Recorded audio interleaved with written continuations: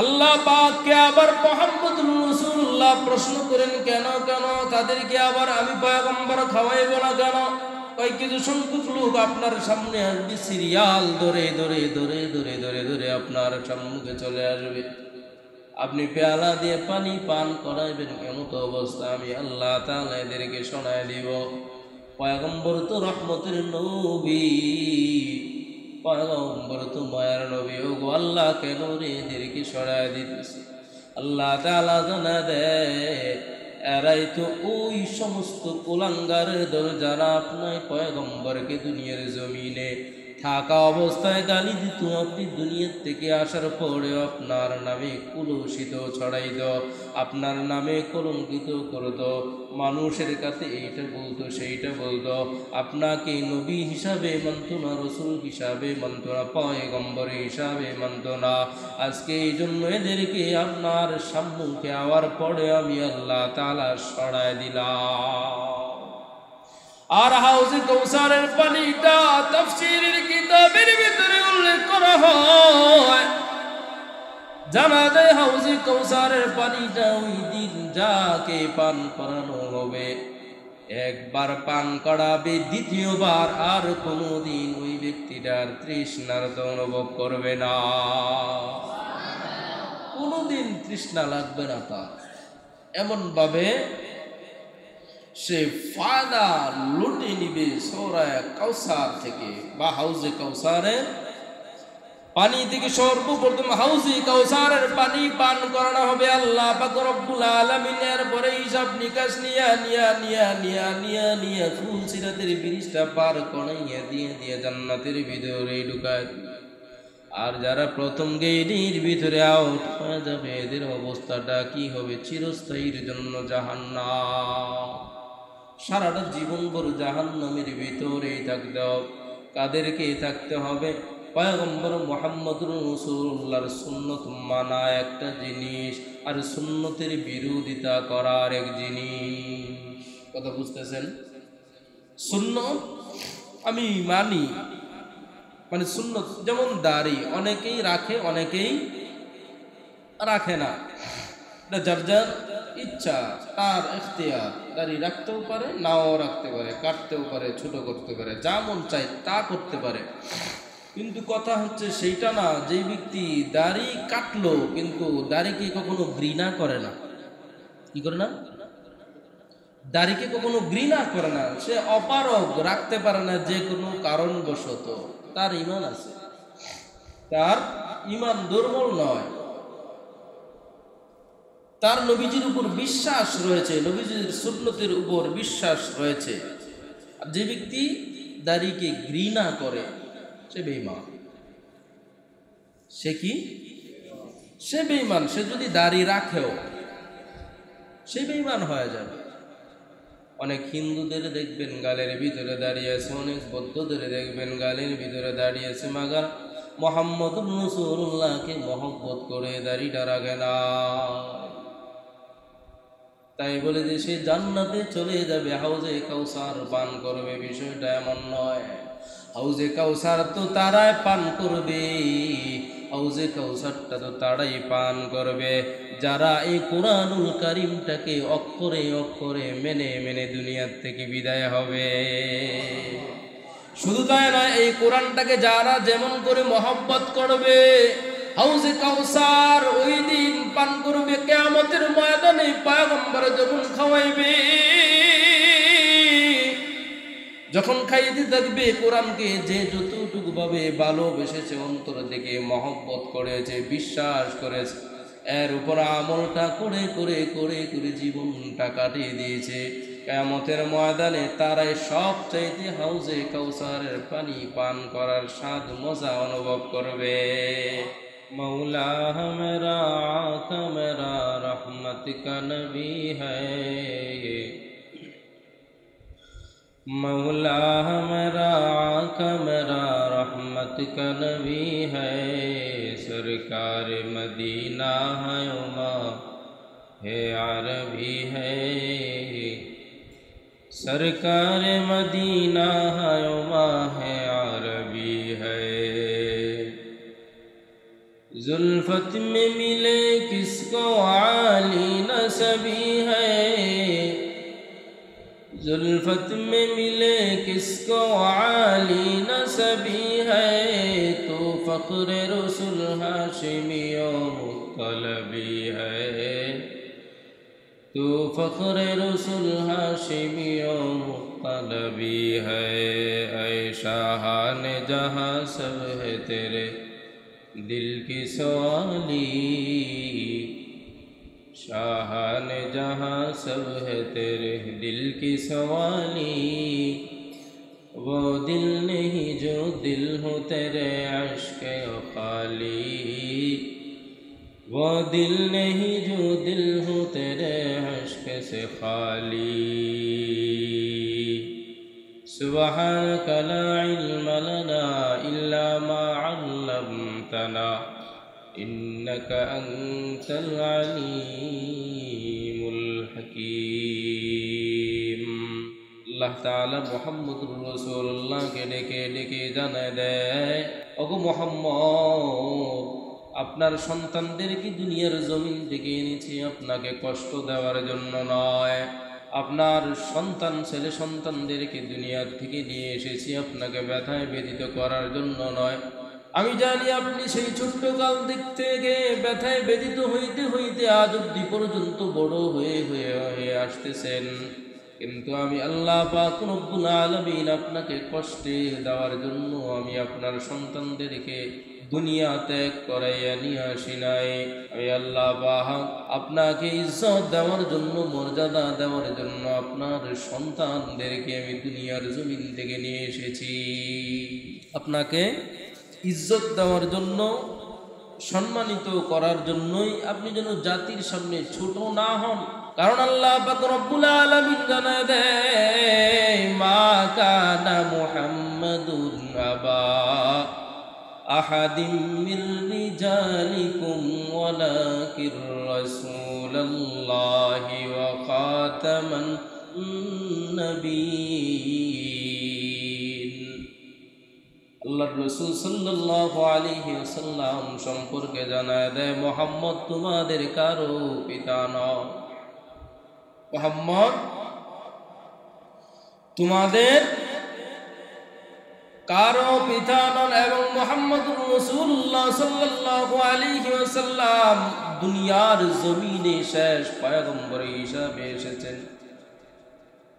ওগো বন্ধু আমার, আপনার সন্তানরা যদি বেঁচে থাকে তাহলে একটা সময় বড় হোক, 40 বছর যখন হয়ে যাবে আমি আল্লাহ পাক রব্বুল আলামিন বাধ্য হয়ে হয়ে আপনার সন্তানদেরকে নবুয়তি দিতে হবে। আর আমি আল্লাহ পাক তো জানাই দিয়েছি আপনি হচ্ছেন শেষ পয়গম্বর, আখিরি নবী, আপনার পরে কোনো নবী আসবে না, রসুল আসবে না, পয়গম্বর আসবে না, আসমানি কিতাব বন্ধ হয়ে যাবে, আপনার পরে কোনো নবী আসবে না। মগার আপনার ছেলে সন্তানরা যদি বেঁচে থাকে তাহলে একটা সময় 40 বছর বয়সে যখন উপনীত হয়ে যাবে, মক্কার দুষ্ট লোকেরা আপনাকে বলতে থাকবে, জানায় দিতে থাকবে, এরে মুহাম্মদ, নবীর ছেলেরা তো আমরা জানি নবী হয়েছে, পিতাজি আদম পয়গম্বরের সন্তান নবী হয়ে হয়ে দুনিয়ার জমিনে পদার্পণ করেছে, ঠিক কিনা? ইব্রাহিম আলাইহিস সালাতু ওয়াস সালামের সন্তানেরা নবী হয়েছে, দাউদ আলাইহিস সালাতু ওয়াস সালামের সন্তানেরা নবী হয়ে হয়ে দুনিয়ার জমিনে কাজ করেছে।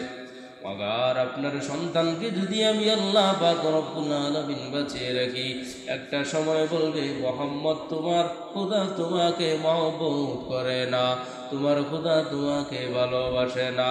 অন্য অন্য নবীদের সন্তানেরা প্রত্যেকজনের নবীদের সন্তানদেরকে আল্লাহ পাক নবুয়ত নাজিল করেছিলেন, আর তোমার সন্তানদেরকে নবুয়ত নাজিল করে না।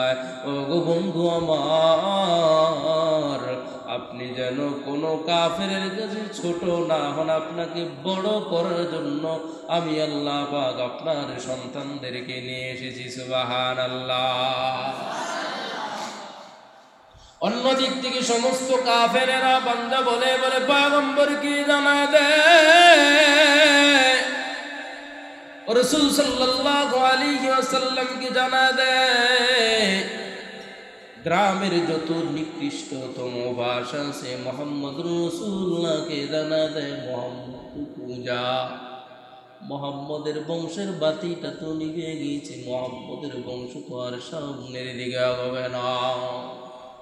রাসূল সাল্লাল্লাহু আলাইহি ওয়াসাল্লামকে সান্ত্বনা দেওয়ার জন্য হযরতে আনাস রাদিয়াল্লাহু তাআলা আনহু জানা দেয় পয়গম্বর আমাদের মাঝে একটু সময় আস্তে আস্তে করে ঘুমাইতেছে, আস্তে আস্তে করে নিদ্রা যাইতেন, মাঝে মাঝে ঘুমাইতেছেন আবার উঠতেছেন। এমন অবস্থায় পয়গম্বর হঠাৎ করে লাফ দিয়ে উঠা যায়। এই ব্যাপার মুস্কি মুস্কি হাসতেছে। সাহাবায়ে কেরাম জিজ্ঞাসা করে পয়গম্বর কেন কেন কেন গো আপনি হাসতেছেন? সুবহানাল্লাহ, কেন আপনি হাসতেছেন? আপনি হাসার কারণ কি? পয়গম্বর জানা দেয় আল্লাহ পাক রব্বুল আলামিন আমার জন্য হাদিয়া পাঠিয়েছেন। কি হাদিয়া পাঠিয়েছেন? পয়গম্বর জানা দেয় ইন্না আ'তাইনাকাল কাউসার ফাসাল্লি লিরাব্বিকা ওয়ানহার ইন্না শানিআকা হুয়াল আবতার। সুবহানাল্লাহ। পয়গম্বর বলেন ইন্না আ'তাইনাকাল কাউসার, তোমরা কি জানো কাউসার কি জিনিস? সাহাবায়ে কেরাম জানায় দেয় আপনি এবং আপনার আল্লাহ তাআলাই ভালো জানেন। আমরা তো কাউসারের নাম অন্য কোনদিন পর্যন্ত আজ অব্দি পর্যন্ত শুনি না। হয় ওগো পয়গম্বর কাউসার কি জিনিস জানতে চায়? পয়গম্বর জানা দেয় কাউসার তো ওই জিনিস কয়েকটা নহর, যেই নহরটা হবে তরলযুক্ত পানির মতো, যেই পানিটা দুধের চাইতে সাদা হবে এবং মধুর চাইতেও বেশি অধিক পরিমাণের মিষ্টি হবে। সুবহানাল্লাহ। মধু খাওয়ার পর তো একটা সময় আর খাইতে মনে চায় না, তৃপ্তি মিটে যায় বা মুখে একটা না খাওয়ার একটা ভাব চলে আসে। আগার কাউসার যখন পান করানো হবে কোনো না খাওয়ার মন চাইবে না, যে আমার আর খাইতে মন চাইতেছে না, ওইটা যতই দিবি ততই শুধু খাইতে মন চাইবে। সুবহানাল্লাহ। পয়গম্বর বলেন কাউসার আমি হাসরের ময়দানের ভিতরে কাউসারটা পান করাইবো, যেই পেয়ালা দিয়া যেই বাটি দিয়ে কাউসারটা পান করাইবো ওই কাউসার নামক পেয়ালাটাই হবে আকাশের ভিতরে একটা নক্ষত্র সম পরিমাণ বড়। আকাশের ভিতরে যেই নক্ষত্রগুলো আছে ওই নক্ষত্রগুলোর সম পরিমাণ পেয়ালাটা বড় হবে। এত ছোট একটা পেয়ালা দিয়ে আমাদের পেট ভরবে নাকি? পেয়ালাটা কি ছোট নাকি? না, আকাশের নক্ষত্র, বুঝতেছেন তো? চাঁদের চাইতেও বড়, সূর্যের চাইতেও বড় সেই নক্ষত্র সমপরিমাণ একটা পেয়ালা, সেই পেয়ালা দিয়ে রাসূল আমাকে আপনাকে কাউসারের পানি পান করাইবেন। পয়গম্বর জানা দেয় ওই কাউসারটাই আমি পয়গম্বরকে আল্লাহ তাআলা জানায় দেয় হাসরের ময়দান যেই দিন কায়েম হয়ে যাবে এই কাউসারের মালিকানা আপনার নামে কইরা দিও। সুবহানাল্লাহ। আস্তে হয়ে গেল না? সুবহানাল্লাহ। আল্লাহ পাক আবার বলতেছেন ফাসাল্লি লিরাব্বিকা ওয়ানহার, পয়গম্বর আপনি নামাজ আদায় করুন, নামাজ পড়ুন এবং কুরবানি করুন। কেন কেন নামাজ পড়ব, কুরবানি করব? পয়গম্বর জানায় দেয় আল্লাহ পাক রব্বুল আলামিন এই জন্য বলেছেন, আল্লাহ পাক রব্বুল আলামিন এত বড় কাউসার নামক একটা নিয়ামত আমি পয়গম্বরকে দান করেছেন। ওই নিয়ামত পাওয়ার পর আল্লাহ পাক রব্বুল আলামিন কৃতজ্ঞতা আদায় করার জন্য জানিয়ে দিয়েছেন আপনাকে তো আমি আল্লাহ পাক রব্বুল আলামিন কাউসার দান করেছি, আপনাকে তো আমি আল্লাহ পাক রব্বুল আলামিন মালিকানা হিসাবে মালিক বানায় দিয়েছি। এই জন্য আমি আল্লাহ তাআলার প্রতি আপনি কৃতজ্ঞতা আদায় করুন, শুকরিয়া আদায় করুন নামাজ পড়ার মাধ্যমে, কুরবানি করার মাধ্যমে। কোরবানি এবং নামাজ পড়ার মাধ্যমে আল্লাহ পাক রব্বুল আলামিন আবার শেষ আয়াতে বলতেছেন ফাসাল্লি লিরাব্বিকা ওয়ানহার ইন্না শানিআকা হুয়াল আবতার। ও গো পয়গম্বর, আপনাকে যারা বলতেছে আপনার বংশ এখানে নির্বংশ হয়ে যাবে, আপনি কুঞ্জা, আপনি এইটা, আপনি সেইটা, আপনি আবতার। ও গো পয়গম্বর, জানেন, ভালো করে মনে রাখবেন, বরঞ্চ আপনি কখনো অবতার নয়। আপনাকে যারা অবতার বলে বলে গালি দেয়, আপনি নিষ্কুন্দা বা আপনার কোনো সন্তান নাই, আপনার বংশ সামনের দিকে আগাবে না, আপনার বংশ তো কিয়ামত পর্যন্ত জারি থাকবে। আজকে যারা বলতেছে পয়গম্বরের বংশ শেষ হয়ে গেল, এইখানে মুহাম্মদের বংশটা এখানে লেজ কাটা হয়ে গেল, আমি আল্লাহ তাআলা জানিয়ে দিলাম এদের বংশটাই লেজ কাটা হয়ে যাবে, এদের বংশই লেজ কাটা হয়ে যাবে। পয়গম্বর কে আল্লাহ পাক রব্বুল আলামিন এই কথা বলে বলে সান্ত্বনা দেয়। এই জন্যই সান্ত্বনা যায় সমস্ত ছেলে সন্তানদেরকে আল্লাহ পাক রব্বুল আলামিন দুনিয়ার জমিন থেকে নিয়ে গেলেন, আল্লাহ পাক সান্ত্বনামূলক কাউসার দান করে দিলেন। সুবহানাল্লাহ। আল্লাহ পাক রব্বুল আলামিন জানা দেয় আপনার চিন্তার কোনো কারণ নাই, কোনো টেনশন নাই। দুনিয়ার জমিন থেকে আসবেন, কিয়ামতের ময়দান যেই দিন কায়েম হয়ে যাবে, আমি আল্লাহ পাক রব্বুল আলামিন আপনাকে মালিক বানায় দিব। আপনি আপনার উম্মতদেরকে যাকে মনে চায় তাকে হাউজে কাউসার পান করাইবে।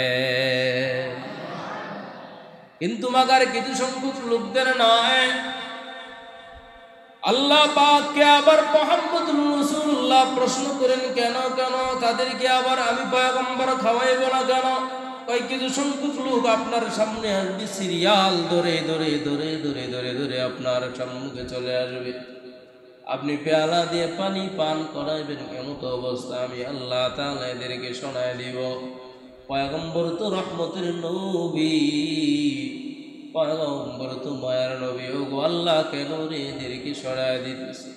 আল্লাহ তাআলা জানা দেয় এরাই তো ওই সমস্ত কুলাঙ্গারের দল যারা আপনার পয়গম্বরকে দুনিয়ার জমিনে থাকা অবস্থায় গালি দিত। আপনি দুনিয়ার থেকে আসার পরে আপনার নামে কুলুষিত ছড়াইত, আপনার নামে কলঙ্কিত করত, মানুষের কাছে এইটা বলতো সেইটা বলতো, আপনাকে নবী হিসাবে মানত না, রসুল হিসাবে মানত না, পয়গম্বর হিসাবে মানত না।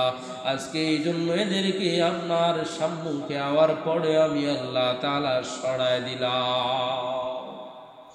আর হাউজে কাউসারের পানিটা তাফসীরের কিতাবের ভিতরে উল্লেখ করা হয়, জানা যায় হাউজে কাউসারের পানিটা ওই দিন যাকে পান করানো হবে, একবার পান করাবে, দ্বিতীয়বার আর কোনোদিন ওই ব্যক্তিটার তৃষ্ণার অনুভব করবে না, কোনোদিন তৃষ্ণা লাগবে না তার। এমন ভাবে সে ফায়দা লুটে নিবে সৌরায় কাউসার থেকে বা হাউজে কাউসারের পানি থেকে। সর্বপ্রথম হাউজে কাউসারের পানি পান করানো হবে আল্লাহ পাক রব্বুল আলামিনের, পরে হিসাব নিকাশ নিয়া ফুল সিরাতের ব্রিজটা পার করাইয়া দিয়ে জান্নাতের ভিতরে ঢুকায়। আর যারা প্রথম গেটের ভিতরে আউট হয়ে যাবে এদের অবস্থাটা কি হবে? চিরস্থায়ীর জন্য জাহান্নাম, সারাটা জীবন ভর জাহান্নামের ভিতরেই থাকতে হবে। কাদেরকে থাকতে হবে? পয়গম্বর মুহাম্মদুর রাসূলুল্লাহর সুন্নত মানা একটা জিনিস, আর সুন্নতের বিরোধিতা করার এক জিনিস। কথা বুঝতেছেন?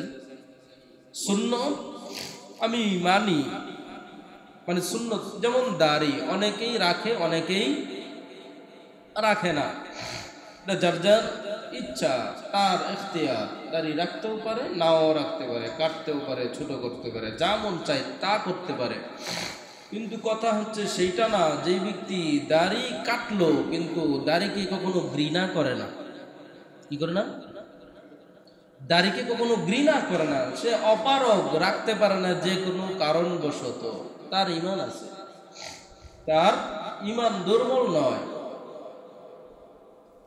তার নবীজির উপর বিশ্বাস রয়েছে, নবীজির সুন্নতের উপর বিশ্বাস রয়েছে। আর যে ব্যক্তি দাড়িকে ঘৃণা করে সে বেঈমান। সে কি? সে বেঈমান। সে যদি দাড়ি রাখেও সে বেঈমান হয়ে যাবে। অনেক হিন্দুদের দেখবেন গালের ভিতরে দাঁড়িয়ে আছে, অনেক বৌদ্ধদের দেখবেন গালের ভিতরে দাঁড়িয়ে আছে, মাগার মুহাম্মদ রাসূলুল্লাহকে মহব্বত করে দাড়িটা রাখে না। তাই বলে যে সে জান্নাতে চলে যাবে, হাউজে কাউসার পান করবে, বিষয়টা এমন নয়। হাউজে কাউসার তো তারাই পান করবে, হাউজে কাউসারটা তো তারাই পান করবে যারা এই কোরআনুল কারীমটাকে অক্ষরে অক্ষরে মেনে মেনে দুনিয়ার থেকে বিদায় হবে। শুধু তাই নয়, এই কোরআনটাকে যারা যেমন করে মহব্বত করবে, হাউজে কাউসার ওই দিন পান করবে, কিয়ামতের ময়দানে পয়গম্বর যখন খাওয়াইবে, যখন খাইতে থাকবে কোরআনকে যে যতটুকু ভাবে ভালোবেসেছে, অন্তর থেকে মহব্বত করেছে, বিশ্বাস করেছে, এর উপর আমলটা করে করে করে করে জীবনটা কাটিয়ে দিয়েছে, কিয়ামতের ময়দানে তারাই সব চাইতে হাউজে কাউসারের পানি পান করার স্বাদ মজা অনুভব করবে। অর্থাৎ যে যত বেশি আকারে কোরআন পড়বে, যে বেশি আকারে কোরআনুল কারীমটাকে মানবে, যে বেশি আকারে কোরআনুল কারীমটাকে মহব্বত করে লালন পালন করে করে দুনিয়ার থেকে বিদায় হইতে পারবে, ও কিয়ামতের ময়দানে হাউজে কাউসারের পানিটা পান করবে। আর কত যে মজা লাগবে ওইটা কোনোদিন বোঝানো যাবে না। বোঝানো যাবে নাকি? হ্যাঁ, দাওয়াত দিছে একদিন গরিব বন্ধুকে, দাওয়াত দেওয়ার পর বড়লোক বন্ধুর বাড়িতে গিয়ে ইচ্ছা মতো খাইলো, পোলাও কোরমা যা মনে চায় তা খাই।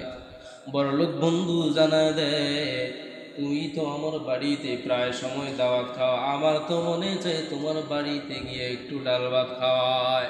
গরিব বন্ধু জানায় দেয়, ঠিক আছে, কোনো সমস্যা নাই, অমুক দিন অমুক শুক্রবারে অমুক দিন দাওয়াত আমার বাড়িতে। কিন্তু মাগার গরিব বন্ধু কেমন করে যে তাকে আপ্যায়ন করবে, ওই টাকা পয়সা কোনো কিছুই নাই, কিচ্ছু নাই তার কাছে। গরিব বন্ধু বাড়িতে যাওয়ার পর তাকে শুধু অপেক্ষা করাইতেছে, দুস্থ খাবার হচ্ছে, খাবার হচ্ছে, খাবার হইতেছে। বড়লোক বন্ধু প্রত্যেক দিনই পোলাও কুরমা খায়, যা মনে চায় ইচ্ছা মতো খায়, ঘরেও পাক করে, রেস্টুরেন্ট থেকেও আনে। কিন্তু এই জায়গায় যাওয়ার পর খাবার অপেক্ষা করতে করতে করতে দুপুর গনিয়ে আসছে, বা দুপুরে দেওয়া দিছে বিকাল গনিয়ে আসছে। এমন সময় খাবার না পায়া দিশ টিস আর নাই, মানে রূপ বের হয়ে যায়। এমন একটা সময় এই গরিব বন্ধু এক পেয়ালার ভিতরে পান্তা ভাত, কাঁচামরিচ আর পেঁয়াজ নিয়ে সামনে দিছে, ও এমন মজা করে খাইলো আর কি। খাওয়া শেষ বন্ধুকে জানা দেয়, দোস্ত আমার জীবনে কত পোলাও কুরমা খাইলাম, মাগার আজকের মতো মজার খাবার কোনোদিন খাই নাই, আজকের মতো মজার খাওয়ানোর কোনোদিন খাই নাই। দোস্ত কয়, দোস্ত এটা তো মজার খাওয়ান না, এটা তো ক্ষুধার ঠেলায় তোমার মজা লাগছে। আখিরাতের ময়দান যেই দিন কায়েম হয়ে যাবে, পয়গম্বর বলবে না আমার কাছে চইলাই, পয়গম্বর নিজ হাতে পেয়ালা দিয়ে হাউজে কাউসার পান করায় দিবে। যারা হাউজে কাউসার পান করতে চাও তারা এই কোরআনুল কারীমটাকে মানতে হবে। আর যারা কোরআনুল কারীমের একটা অক্ষরকে মানবে না, তার কপালে হাউজে কাউসার জুটবে না। আমি নামাজ পড়ি না, কোনো সমস্যা নাই, কিন্তু নামাজ নিয়ে টিটকারি করলে বেঈমান, ঈমান থাকবে না। আমি ফরজিয়াত মানি না, কোনো সমস্যা নাই, একটা সময় অবশ্যই একটা সময়ে মানব, কিন্তু ফরজিয়াতকে নিয়ে কখনো টিটকারি করা যাবে না।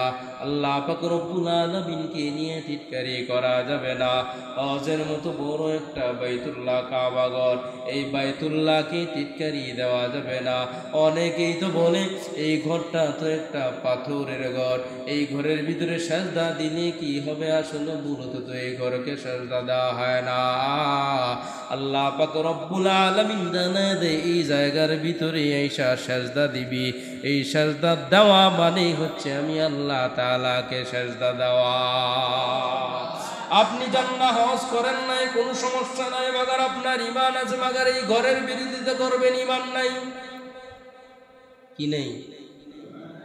ঘরের বিরোধিতা করবেন, কোনো ঈমান নাই। আপনার জানাজা পড়া জায়েজ নাই, আপনি মারা যান, আপনার জানাজা যে পড়বে হারাম, হারামের সাথে অন্তর্ভুক্ত হবে, সে যেই হোক, এটা যদি আমিও হই। আল্লাহর বিধানগুলো এমনই, আপনি করবেন না, আদায় করবেন না, এটার কোনো সমস্যা নাই। আপনি ছোটোখাটো, আমি একটা ছোটোখাটো ইমানদার, কিন্তু যদি এটাকে অস্বীকার করি। নামাজ কি বাংলাদেশের প্রত্যেকটা মানুষ আদায় করে? আমাদের এই মহল্লার এখানে যারা বসবাস করে সবাই নামাজ পড়ে। এই মহল্লার সবাই যদি নামাজ পড়ে, এই 5 তলা মসজিদে জায়গা ধরবে? হ্যাঁ, এরকম মসজিদ আর কয়টা লাগবে? কমপক্ষে আরো 2টা লাগবে, কমপক্ষে আরো 2টা লাগবে। এখন নামাজ পড়ে না, তাই বলি কি বেঈমান নাকি? বেঈমান না, সে ইমানদার, হয়তো আজ পড়ে না কাল পড়বে, তার ঈমান আছে। কিন্তু সে যদি নামাজকে অস্বীকার করে যে নামাজ পড়ে কি হবে, তাহলে বেঈমান। সে যদি মসজিদে এসা মাত্র এশারের নামাজ জামাতের সহিত আদায় করে তারপর দোকানপাটে গিয়ে বসলো বা এখানে বসলো, যে নামাজ তো পড়লাম কিন্তু এই নামাজের দ্বারা কোনো ফায়দা নাই, তাও তার ঈমান নাই। আছে না এরকম? অনেক মানুষ আছে, অনেক যুবক ভাইয়েরা আছে, নামাজ পড়ে না, পিতা মাতার পেড়া পেড়িতে নামাজ আদায় করার জন্য চলে আসে, মাগার মসজিদ থেকে বের হয়ে কথা বলতে দেরি হয় না যে নামাজ টামাজ পড়ে কি লাভ হবে। নামাজ তো মূলত করি বাবার ইজ্জত বাঁচানোর জন্য, কারণ গত হজের সময় বাবা হজ আদায় করে এসেছে। হাজী সাহেবের সন্তান নামাজ আদায় করে না, এই জন্য সমস্যা না, এই জন্য সন্তান নামাজ আদায় করে। যাই হোক, মূল কথা হচ্ছে হজ্জে কাউসার, আল্লাহ পাক রব্বুল আলামিন তাদেরকেই কাউসার পান করাবে যারা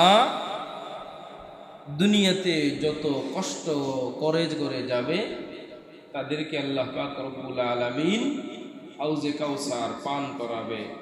আর যেই কথাটা, ওই কথাটা মনে হয় বুঝাইতে পারি নাই, যে কোরআনটা যে যেমন করে বিশ্বাস করবে, কথা বুঝছেন, এই কোরআন তাকে তেমন করে ফায়দা দিবে, এটা তো বুঝছেন। কোরআনকে আপনি, আল্লাহ পাক রব্বুল আলামিন বলেন, ওয়ানুনাজ্জিলু মিনাল কুরআনি মা হুয়া শিফাউন ওয়া রাহমাতুল লিল মুমিনিন। কোরআন হচ্ছে মুমিন বান্দাবান্দির জন্য শিফা, ঔষধ। সেটা আপনার শারীরিক ঔষধ হতে পারে, আবার কি বলে আত্মার ঔষধ হতে পারে। অনেক সময় জ্বর ঠান্ডা হয়, রোগ বালাই হয়, অনেক সময় সূরা ফাতিহা পড়ে ফু দিলে জ্বর কি হয়ে যায়, ভালো হয়ে যায়। কোরআন হচ্ছে এটা। দিলের ভিতরে জং ধরে গেছে, আপনি কোরআনুল কারীমটা পড়েন, মজা আর মজা। যারা কোরআন পড়তে পারেন না, নামাজ আদায় করতে ভালো লাগে না কিন্তু পড়তে মনে চায়, নামাজ পড়তে ভালো লাগে না কিন্তু দিলটা টানে যে নামাজটা পড়ার দরকার, এমন মানুষ আছে না?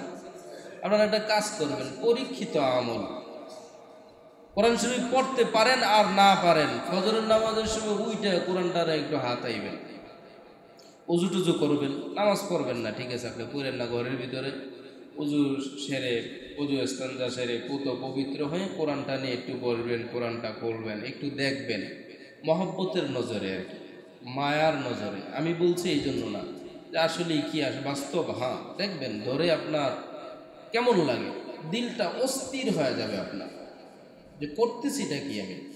সির্ফ মাগরিবের পরে আপনি কোরআনটা পড়তে পারেন না, উজু ইস্তেঞ্জা করে একটু নিয়ে বসেন না, দেখবেন কত মজা লাগে। আর কোরআনটা যদি বলতে পারেন, ফজরের নামাজের পর সূরা ফাতিহা এবং সূরা ইখলাস 3 বার, সূরা ফালাক 3 বার, সূরা নাস 3 বার, এই সূরাগুলো মুখস্থ করবেন, দেখবেন কত মজা লাগে। আর মসজিদ থেকে বের হইতেই মন চাইবে না। যদিও বের হই কাজের তারও নাই, কাজ না থাকলে বের হইতাম না। দেখেন না মুরব্বীরা বের হয় না, মনে করেন অনেকে তো কয় কাজ নাই তো এই জন্য বের হয় না। কাজ নাই মানে ওনারা তো মন আছে, ঘুরতে ফিরতে মনে চায়, মূলত সেটা না। ফজরের নামাজ পড়ে, সূরা হাশর তেলাওয়াত হয়, কোরআনুল কারীম তেলাওয়াত হয়, নামাজের ভিতরে তেলাওয়াত হয়, পড়ে তেলাওয়াত হয়। ওর জন্য দেখা যায় যে আর বের হইতে মন চায় না। পরীক্ষিত আমল। এরপরে আবু দাউদ শরীফের ভিতরে তো স্পষ্ট আছে, সহিহ হাদিস, রাসূল সাল্লাল্লাহু আলাইহি ওয়াসাল্লাম বলেন, যে ব্যক্তি সূরা ইখলাস, সূরা ফালাক, সূরা নাস, কয়টা সূরার নাম বললাম? সূরা ইখলাস কুল হুয়াল্লাহু আহাদ, সূরা ফালাক কুল আউযু বিরাব্বিল ফালাক, সূরা নাস কুল আউযু বিরাব্বিন নাস। কয়টা সূরা? 3টা সূরা। পয়গম্বর রাসূল সাল্লাল্লাহু আলাইহি ওয়াসাল্লাম বলেন, কোন ব্যক্তি যদি সকালবেলা সূরা ইখলাস 3 বার, ফজরের পর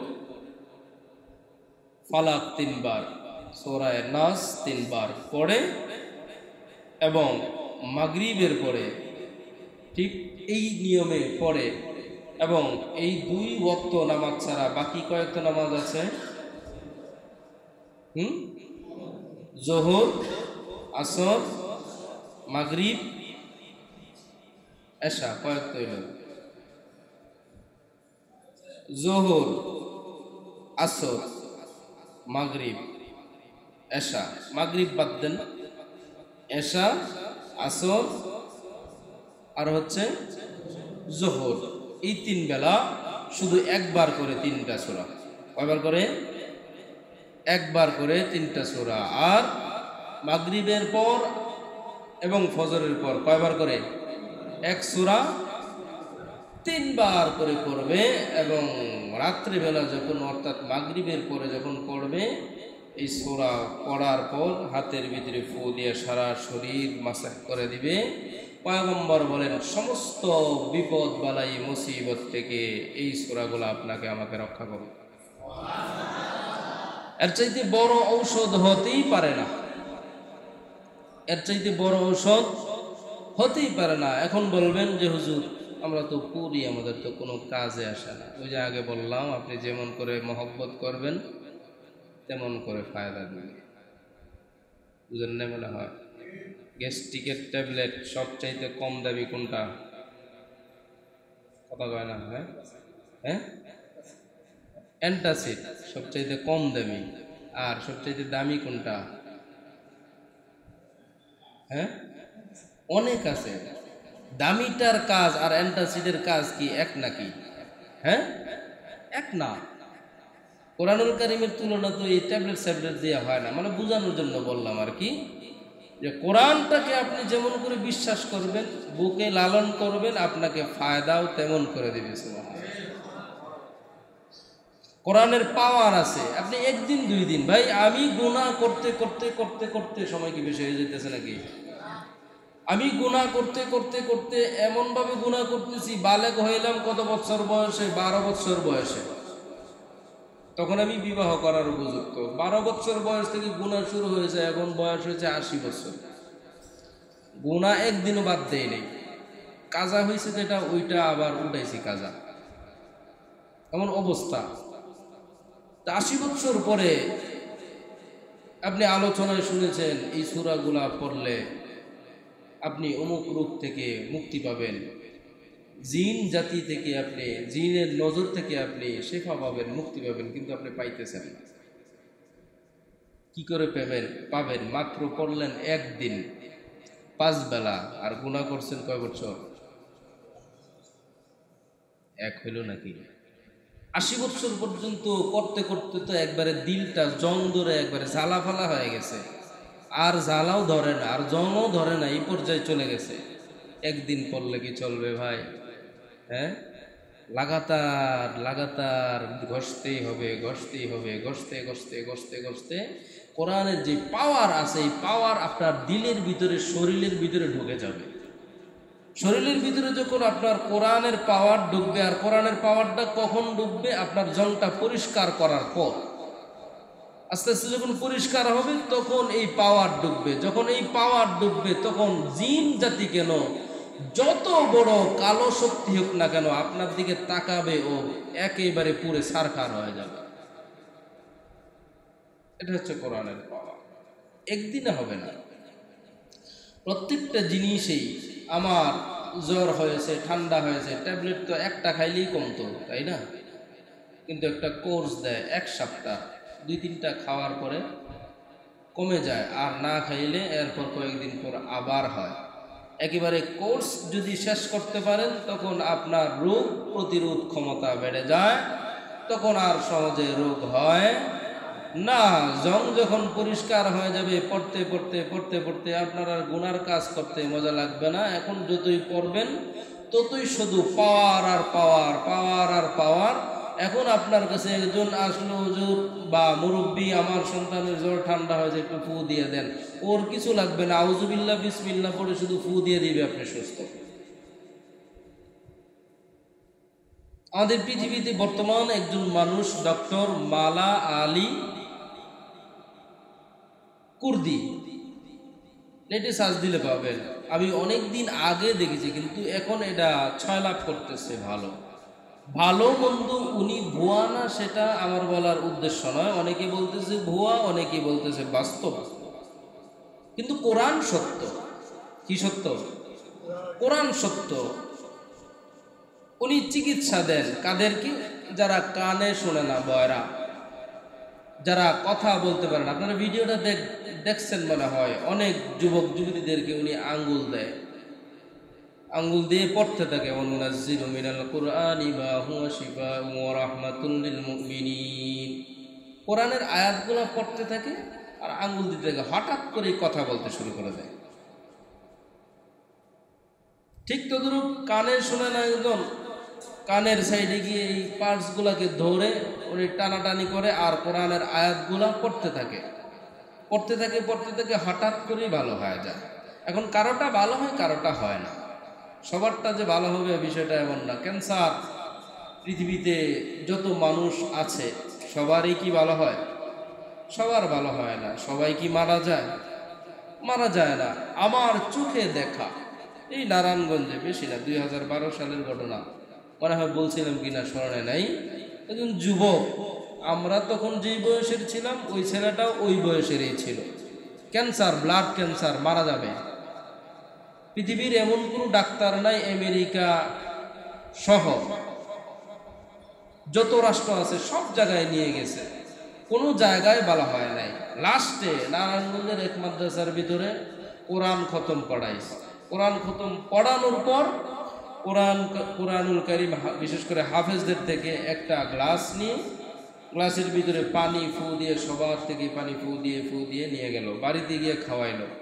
খাওয়ানোর পর 1 সপ্তাহ পর পর তার বডি চেক আপ করতে হয়। ঢাকা মেডিকেলে নিয়ে চেক আপ করানো। চেক আপ করানোর পর ডাক্তার হা করে তাকায় আছে। 1 সপ্তাহ আগে দেখলাম কি আর এখন দেখতেছি কি? 1 সপ্তাহ আগে দেখলাম যে ও বাঁচবে না, আর সর্বোচ্চ 2-3 সপ্তাহ বাঁচবে, এরপরে মারা যাবে। আজকে আমার কোনো যন্ত্রপাতিতে কাজই করতেছে না, নাকি অসুস্থ হয়েছে বুঝতেছি না। উনি মনে করছে যন্ত্রপাতি নষ্ট হয়ে গেছে, যন্ত্রপাতি আর কাজ করে না। অন্য হাসপাতালে নিয়ে গেল, সব জায়গায় একই অবস্থা, একেবারেই পরিপূর্ণ সুস্থ। সুবহানাল্লাহ।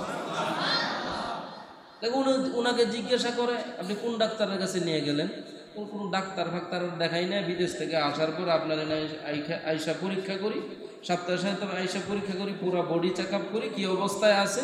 কিন্তু মাঝখান দিয়ে মাদ্রাসার ছাত্রদের থেকে কোরআনুল কারীম পড়াইয়া এবং ওই মুখ থেকে, জবান থেকে, ছাত্রদের জবান থেকে ফু দেওয়া পানিটা আমার সন্তানকে খাওয়াই দিছি আর গোসল করাই দিছি।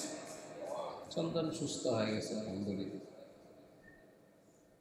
ওই মেয়ার বাড়িতে, উনি আদি যুগ থেকেই জমিদার, ওনার বাড়িটাও বিশাল, মনে আছে আমার, আমাকে দাওয়াত করছিল, আমি আরেকজনের সাথে গিয়েছিলাম। উনি আমাদেরকে ইলিশ মাছ দিছিল, তারা বড়। এই সাইজের, এক একজনের এক একটা, খাইতে পারি না। ভালো করে সুন্দর করে ভেজে তারপরে দিয়েছিল। এটা হচ্ছে আমার সাথে ঘটনা। যেমন মালা আলী কুর্দি, উনি কুর্দিস্তানের অধিবাসী, উনার বিষয়টা আসলো যে উনি এইভাবে চিকিৎসা দিয়ে থাকেন কোরআনের মাধ্যমেই, কোনো মন্ত্রতন্ত্র নয়। কোরআনুল কারীম ভিডিওতে দেখা যায় স্পষ্ট উনি পড়তেছেন আর চিকিৎসা দিতেছেন। কেউ সুস্থ হয়তো বা হচ্ছে, কেউ হচ্ছে না, এটাই তফাৎ। যে হচ্ছে না সে বলছে ভুয়া, আর যে হচ্ছে সে বলছে না সত্য। আপনি যেমন করে বিশ্বাস করবেন তেমন করে কোরআন আপনাকে ফায়দা দিবে। আপনি যেমন করে কোরআনটাকে বিশ্বাস করবেন তেমন করেই আপনাকে ফায়দা দিবে। কোরআনকে যত বেশি বিশ্বাস করবেন ততই কোরআন থেকে উপলব্ধি করতে পারবেন। আমরা জানি কোরআনুল কারীম ঘরের ভিতরে পড়লে রহমত বরকত আসে, কিন্তু আমার উপরে কোনো রহমতের ছিটা ফোটাও নাই। কেন? যেরকমভাবে কোরআনকে বিশ্বাস করার প্রয়োজন সেরকমভাবে করি না। এই মালা আলী কুর্দিকে বিভিন্ন জায়গায় সৌদি আরব সহ মালয়েশিয়া সহ অনেক রাষ্ট্রের ভিতরে গ্রেফতার পর্যন্ত করেছে। কেন? উনি ভুয়া ভুয়া ভুয়া। উনি যদি ভুয়াও হয়, আমার কাছে একটা জিনিস চমৎকার লেগেছে, উনি চিকিৎসা দেন, আপনি সুস্থ হতেও পারেন নাও হতে পারেন কোরআন দিয়ে। কি দিয়ে? ভাই আমার কাছে এসেছেন, আপনার মাথা ব্যথা নিয়ে আমি মাথাটা ঝেড়ে দিলাম, সূরা ফাতিহা ইখলাস পড়ে, আয়াতুল কুরসি পড়ে বা বিভিন্ন আয়াত পড়ে আপনাকে ফু দিয়ে দিলাম, ভালো হইল না। এই দোষ তো আমার বা আপনার? আমার জবান হয়তো বা যেরকম পবিত্র থাকার কথা ওই রকম পবিত্র নয়। আল্লাহ পাক রব্বুল আলামিন কিছু সংখ্যক মানুষের জবানের ভিতরে রহমত বরকত সাকিনা ঢেলে দেন, যে এরা অনেক সময় জবান দিয়ে একটা কথা বলে ওইটা ফলে যায়। আল্লাহ তাআলা ওনার কথার উপর সন্তুষ্ট হয়ে যায়, না এটা বাস্তব সুন্দর, এটা আমি ফলিয়ে দিই। দেখুন ছোট বাচ্চাদের, আমরা ছোট্টকালে দেখতাম যে ছোট বাচ্চাদের দিয়ে দাদিরা বা নানিরা লাউ গাছের বীচি বুনতো কিনা মনে আছে না আপনাদের? ছোট ছোট বাচ্চাদেরকে আমাকে দিয়ে বোনাইছে, যে কেন ওরে দিয়ে বুনলে লাউ গাছটা খুব ভালো হবে। বাস্তব ভালো হইতো, কিন্তু এখন লাগাইলে আর হয় না। পার্থক্যটা হচ্ছে ভাই, ওইখানে ছিলাম শিশু বাচ্চা, কোনো গুণা ছিল না, আর এখন গুণায় জর্জরিত। যার জন্য তখন ফায়দা লুটেছে, আমি শিশু হিসাবে সবাই আমার কাছ থেকে নিয়েছে। এখন বড় হয়েছি, আমার থেকে ওই ফায়দাটা আর কেউ নিতে পারে না। এই মালা আলী কুর্দি কোরআনকে উনি লালন পালন করেন, জবানের মাধ্যমে পড়েন এবং দিলের মাধ্যমে বিশ্বাস করেন যে কোরআন দিয়ে চিকিৎসা করলে অবশ্যই আল্লাহ চাইতো ভালো হবে। এখন আপনি যেই আকীদা নিয়ে ওনার কাছে যাবেন, আল্লাহ চাইতো আপনাকে সুস্থতা দান করবেন, অন্যথায় আপনার বিশ্বাস আকীদা কম, আপনাকে আল্লাহ তাআলা শেফা দান করবেন না। কপালে থাকলে সুস্থ হবেন, না হয়তো হবেন না। উনি এখন পাকিস্তানে বসবাসরত অবস্থায় আছেন, শুনেছি বাংলাদেশেও আসবেন এবং ওনার ইচ্ছা বাংলাদেশে একটা বড় ক্লিনিক করবেন। আমরা চাই আসুক, যদি ওনার দ্বারা উপকৃত হয় মানুষ, কি বলেন? আর ফিতনা থেকে, ধোঁকা থেকে আল্লাহ তাআলা আমাদেরকে বাঁচিয়ে নিক, আমিন। ওই লোক আসবে, কেন এই দোয়া করলাম, ওই লোক আসবে। বাংলাদেশের মানুষ তো বুঝে নেই, বাবা ডাইকে বসে থাকবো, তো আপনি আমার বাবা। বাংলাদেশে তো বাবার অভাব নেই। ওনার দ্বারা একজন যদি সুস্থ হয়ে যায়, 14 গোষ্ঠী গিয়ে সেজদা পর্যন্ত দিবে, যেটা বিদেশের বাড়িতে হয় না। ঘটনা কবে আল্লাহ তাআলা করুক, আমরা চাই। একজন বদির মানুষ, উনি এই আয়াত পড়ে, ওয়ানুনাজ্জিলু মিনাল কুরআনি মা হুয়া শিফাউ ওয়া রাহমাতুল লিল মুমিনিন পড়ে কানের ভিতরে ফু দিল, টান দিল, উনি একটা টান দেয়, আবার কানের দেখলাম যে এমন করে একটা টান দেয়, সুস্থ হয়, আবার হয় না, সুস্থ হয়ে যায়। বাংলাদেশে যদি হয়ে যায়, ভগবান বানাইব হিন্দুরা, মুসলমানরা বাবা বানাইব, মানে যার যা ডাকার দরকার। আর মানুষ ওখান থেকে গুমরার ভিতরে ছুটে চলে যায়, এটা যেন না হয়।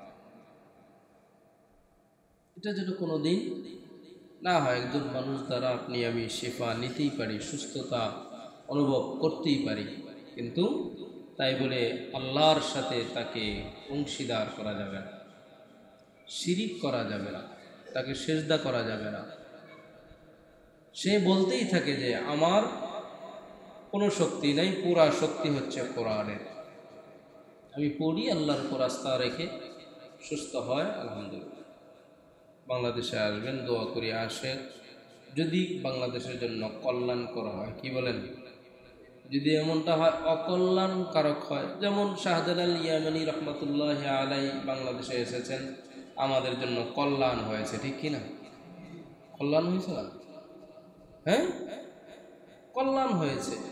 গৌর গোবিন্দর মতো ব্যক্তি তার কাছে পরাজিত হয়েছে, যত বাতিল ছিল তার কাছে পরাজিত হয়েছে। আমরা চাই এরকম ব্যক্তিরা বাংলাদেশে আসুক। আল্লাহ পাক রব্বুল আলামিন সবাইকে আমলে নেওয়ার তৌফিক দান করুন, আমিন। আলহামদুলিল্লাহি রাব্বিল আলামিন ওয়াল আকিবাতু লিল মুত্তাকিন ওয়াসসালাতু ওয়াসসালামু আলা মুহাম্মাদিন ওয়া আলা আলিহি ওয়া আসহাবিহি আজমাইন। ربنا ظلمنا أنفسنا وإن لم تغفر لنا وترحمنا لنكونن من الخاسرين. ربنا آتنا في الدنيا حسنة وفي الآخرة حسنة وقنا عذاب النار. ربنا تقبل منا إنك أنت السميع العليم وتب علينا يا مولانا إنك أنت التواب الرحيم. رب ارحمهما كما ربياني صغيرا. رب ارحمهما كما ربياني صغيرا. আয় মেরে মাওলা, আমরা কিছু সংখ্যক গুনাহগার বান্দা আপনার দরবারে দুই খানা হাত এতিমের মতো উত্তোলন করে দিয়েছি। আল্লাহ, আপনি আমাদের সমস্ত গুনাহগুলিকে মাফ করে দেন। আয় আল্লাহ, আপনি যদি ক্ষমা না করেন, আপনি যদি ক্ষমা না করেন, আয় আল্লাহ আপনি যদি মাফ না করেন, আপনার কাছে গিয়ে হাত পাত। আয় আল্লাহ, আমাদের তো দ্বিতীয় কোনো জায়গা নয়। আয় আল্লাহ, এশারের নামাজ আদায় করার পর দীর্ঘ সময় তোমার কোরআনুল কারীম থেকে আয় আল্লাহ সূরা কাউসারের তাফসীর হয়েছে। আয় আল্লাহ, যতটুকু পেরেছি, যতটুকু নিজে বুঝেছি, ততটুকুই বলার চেষ্টা করেছি। আয় আল্লাহ, ভুল বিয়াদবি হয়ে থাকলে ক্ষমা সুন্দর দৃষ্টিতে দেখিয়ে। আয় রব্বে কারীম, আয় আল্লাহ, পয়গম্বর মুহাম্মদ আরবি সাল্লাল্লাহু আলাইহি ওয়াসাল্লাম কি তুমি হাউজে কাউসার দান করেছো। আয় আল্লাহ, হাউজে কাউসারের মালিকানা দিয়েছো পয়গম্বর মুহাম্মদ আরবি সাল্লাল্লাহু আলাইহি ওয়াসাল্লামকে। আয় আল্লাহ, মাকসাদ তো একটা, আমাদের রাসূলুল্লাহ আমাদেরকে কিয়ামতের ময়দানে হাউজে কাউসার পান করাইবে। আয় আল্লাহ, এমনটা যেন না হয় সিরিয়ালে দাঁড়িয়েছি মাগার হাউজে কাউসারের পানি পাই নাই। আয় আল্লাহ, ওই দিন যদি এমতো অবস্থা হয়ে যায়, হাউজে কাউসারের পানি যদি পান করতে না পারি, আয় আল্লাহ আমাদের অবস্থাটা কি জানি হয়। আল্লাহ,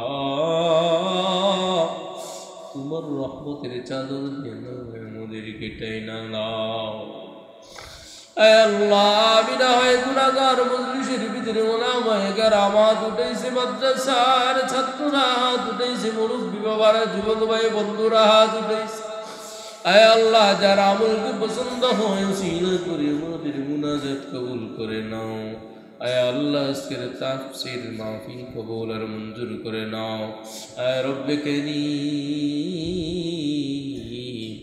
কেমন করে চাইলে যে তুমি দিবা, যদি জানতাম চাওয়ার চেষ্টাটুকু করে দেখতাম।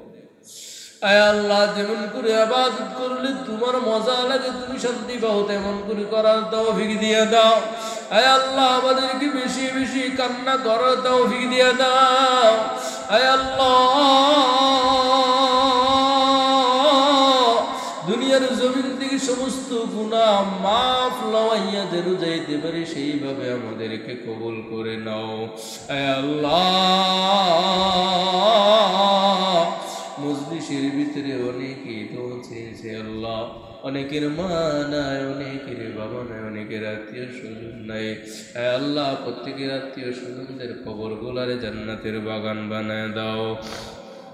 আয় রব্বে কারীম পিতাজি আদম পয়গম্বর থেকে নিয়ে আজ অব্দি পর্যন্ত যত মুসলমান নর নারী কবরের বাসিন্দা প্রত্যেকের কবর গোলারে তুমি জান্নাতের বাগান বানায় দাও। কিনে হায়াত দান করে দাও। আয় আল্লাহ এমন হায়াত চাই না যে হায়াত দিয়া দিয়া তোমার নাফরমানি করব। আয় আল্লাহ এমন হায়াতি দিও যে হায়াত দিয়া তোমার ইবাদত বন্দেগী করতে পারি। আয় আল্লাহ আমাদেরকে ইলমে দ্বীন শিক্ষা করার তৌফিক দিয়ে দাও। আয় আল্লাহ মাদ্রাসার ছাত্রদের ব্রেন শক্তি বাড়াইয়া দাও। আয় আল্লাহ মাদ্রাসার ছাত্রদের জাহান শক্তি বাড়াইয়া দাও। আয় আল্লাহ মুখস্থ শক্তি বাড়াইয়া দাও। আয় আল্লাহ কত ছাত্র ভাইদের মন মানসিকতা পড়ালেখার ভিতরে বসে না। আয় আল্লাহ প্রত্যেকের মনটাকে কোরআনের দিকে ঝুঁকাইয়া দাও না। আয় আল্লাহ কোরআন পড়লে যে কত মজা।